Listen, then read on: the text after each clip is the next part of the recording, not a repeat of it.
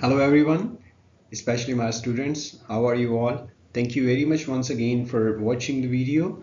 And those who have not yet subscribed the channel, please do subscribe and hit the bell icon button because there are a lot of other videos previously you can watch about child psychology, health psychology, and positive psychology, guidance and counseling, social psychology, educational psychology, and there are upcoming videos on health psychology and yoga, meditation and health and diet, and there are a lot of other videos you can watch over here.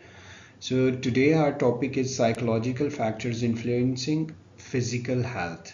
It's a topic of health psychology, so let's start it.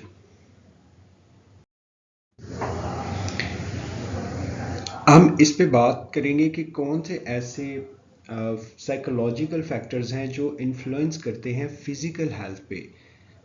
बज़ाहिर शायद किसी को वो बीमारी नज़र ना आ रही हो, लेकिन हमारे साइकोलॉजिकल इस तरह के फैक्टर्स हैं जो बहुत ज़्यादा कंट्रीब्यूट करते हैं, जिसकी वजह से लोग समझते हैं कि इसको कोई शायद हेल्थ का प्रॉब्लम चल पड़ा है।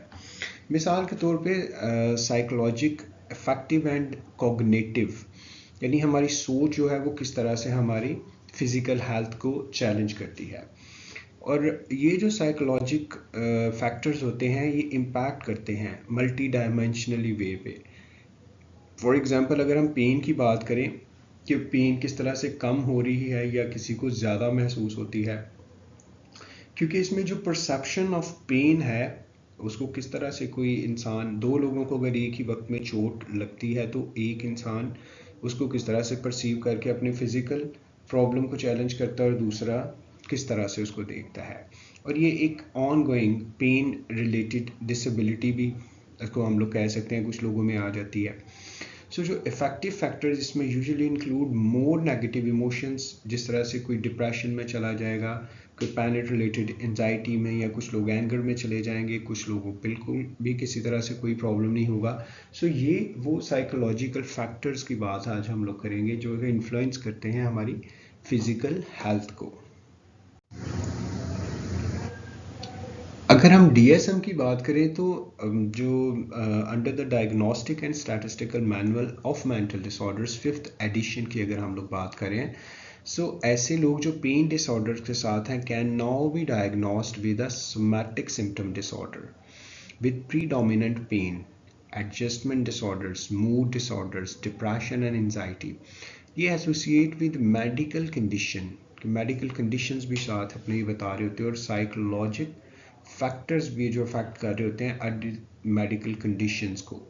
सो इवन कि DSM-4 ने भी इसको अब इस तरह से बयान करना शुरू कर दिया है कि जो साइकोलॉजिकल फैक्टर्स हैं वो एक्चुअली इन्फ्लुएंस कर रहे होते हैं किसी भी इंसान की फिजिकल हेल्थ पे।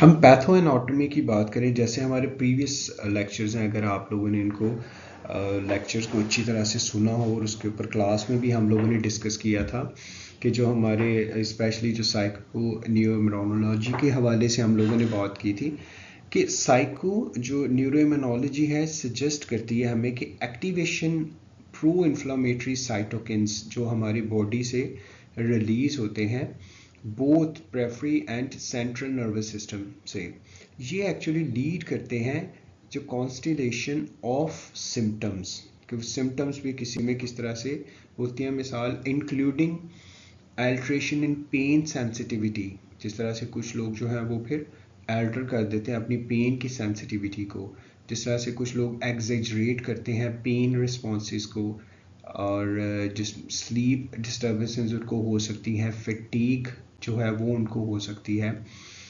सेकेंड नंबर पे अगर हम देखें पैराग्राफ में, तो activation of pro inflammatory cytokines, वही जो हमारे नर्वस सिस्टम से रिलीज होते हैं, तो ये possibly acting in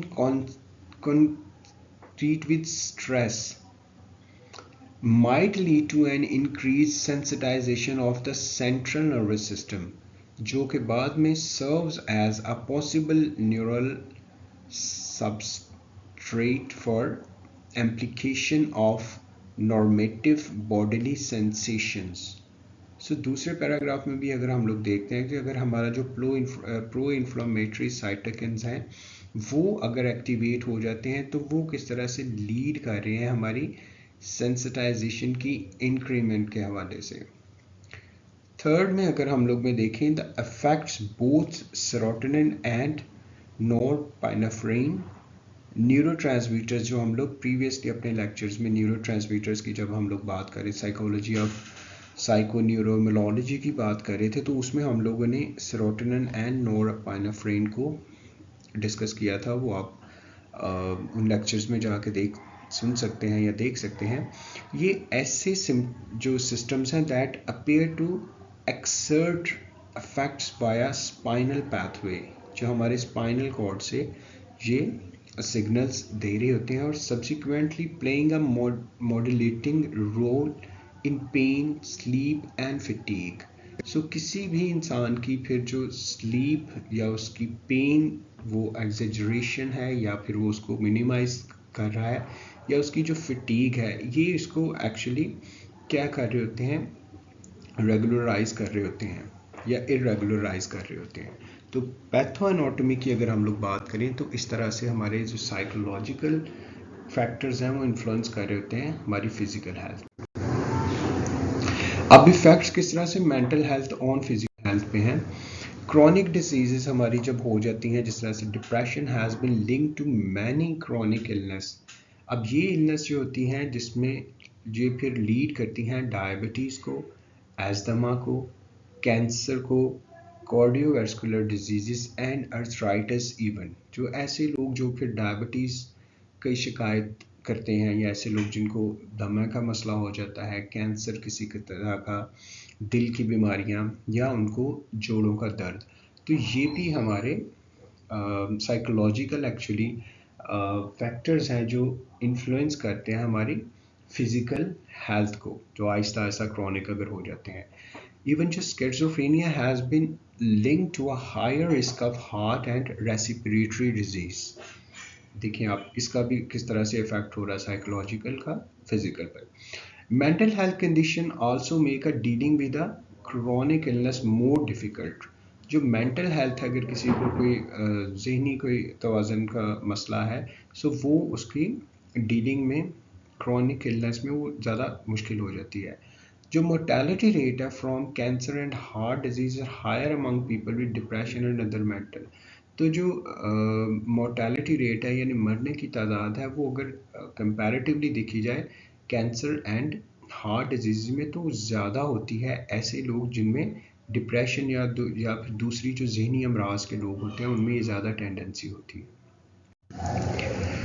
sleep problem की अगर हम लोग बात करें तो people with mental health conditions are more likely to suffer from sleep disorders. So ऐसे लोग जो जहनी अमराज के होते हैं उनमें ज़्यादा स्लीप डिस्टर्बेंसेस की प्रॉब्लम होती है, जिस तरह से इंसोम्निया हो गया या स्लीप एपनिया हो गया। जो इंसोम्निया एक्चुअली ज़्यादा मुश्किल कर देता है लोगों को कि उनको नींद नहीं आती या फिर वो ज़्यादा देर तक सोए रहें, जबकि स्लीप अपनिया में ये लीड करता है ब्रीदिंग प्रॉब्लम में, क्योंकि ऐसे लोग जो खर्राटे लेते हैं या जिनको सोने में प्रॉब्लम होता है तो वो एकदम से हड़बड़ा के उठ जाते हैं, जो एक्चुअली कॉज आपको करता है हर वक्त आप बार बार उठ जाते हैं नींद में। अगर हम लोग स्मोकिंग की बात करें तो स्मोकिंग जो है people with mental health condition, ऐसे लोग जो ज़्यादा जहनी दबाव का शिकार होते हैं, are more likely to smoke than those who do not have mental health condition. क्योंकि स्मोकर्स में अगर देखा जाए तो people with mental health conditions are more likely to smoke a greater number of cigarettes. So आप देख लें depression के लोग जो ज़्यादा डिप्रेसिव होते हैं, ज़्यादा एंशियस लोग होते हैं, ज़्यादा एंगर में जाते हैं, तो जब इन पे रिसर्चेस की गई तो ज़्यादा ऐसे लोग जो हैं वो ज़्यादा स्ट्रेसफुल सिचुएशन में रहते थे, वो ज़्यादा अगर मेंटल प्रेशर होगा यानी साइकोलॉजिकल फैक्टर होगा तो एक्चुअली किसको इन्फ्लुएंस करेगा, हमारी फिजिकल हेल्थ को, जिसकी वजह से cardiovascular diseases, cancer and this and that जितनी प्रॉब्लम्स हैं वो फिर होना शुरू हो जाएंगी। पीपल विद डिप्रेशन है lower level of the chemical dopamine, क्योंकि उनमें जो डोपामिन है, जो हम लोग बात कर रहे थे प्रो इन्फ्लामेटरी साइकोटिन्स की पिछले लेक्चर्स में, पिछली स्लाइड्स में भी, सो वो फिर जो ट्रांसमीटर्स हैं वो कम होना शुरू हो जाते हैं हमारी बॉडी में, जिस तरह से एक केमिकल डोपामिन हमारा है। सो डोपामिन एक्चुअली इन्फ्लुएंस करता है positive feeling in your brain, हमारे जहन में पॉजिटिव फीलिंग को। तो निकोटीन क्या करता है, सिगरेट्स के जो ट्रिगर करता है production of the chemical dopamine को। सो जब उनमें ये कम हो जाता है डिप्रेसिव लोगों में, स्ट्रेसफुल लोगों में, तो निकोटीन का वो यूज़ क्यों करता है सिगरेट का, क्योंकि ये एक फैक्टर, एक प्लेयर पैदा करता है कुछ देर के लिए ब्रेन में। सो फिर क्या होता है, सो स्मोकिंग में be use as a way to relieve symptoms of depression. तो उन डिप्रेशन को ख़त्म करने के लिए फिर सिगरेट्स का निकोटीन है वो इसका ऑल्टरनेट बन जाती है। So students, that was all about today's topic. This is a kind of brief introduction of psychological factors influence physical health.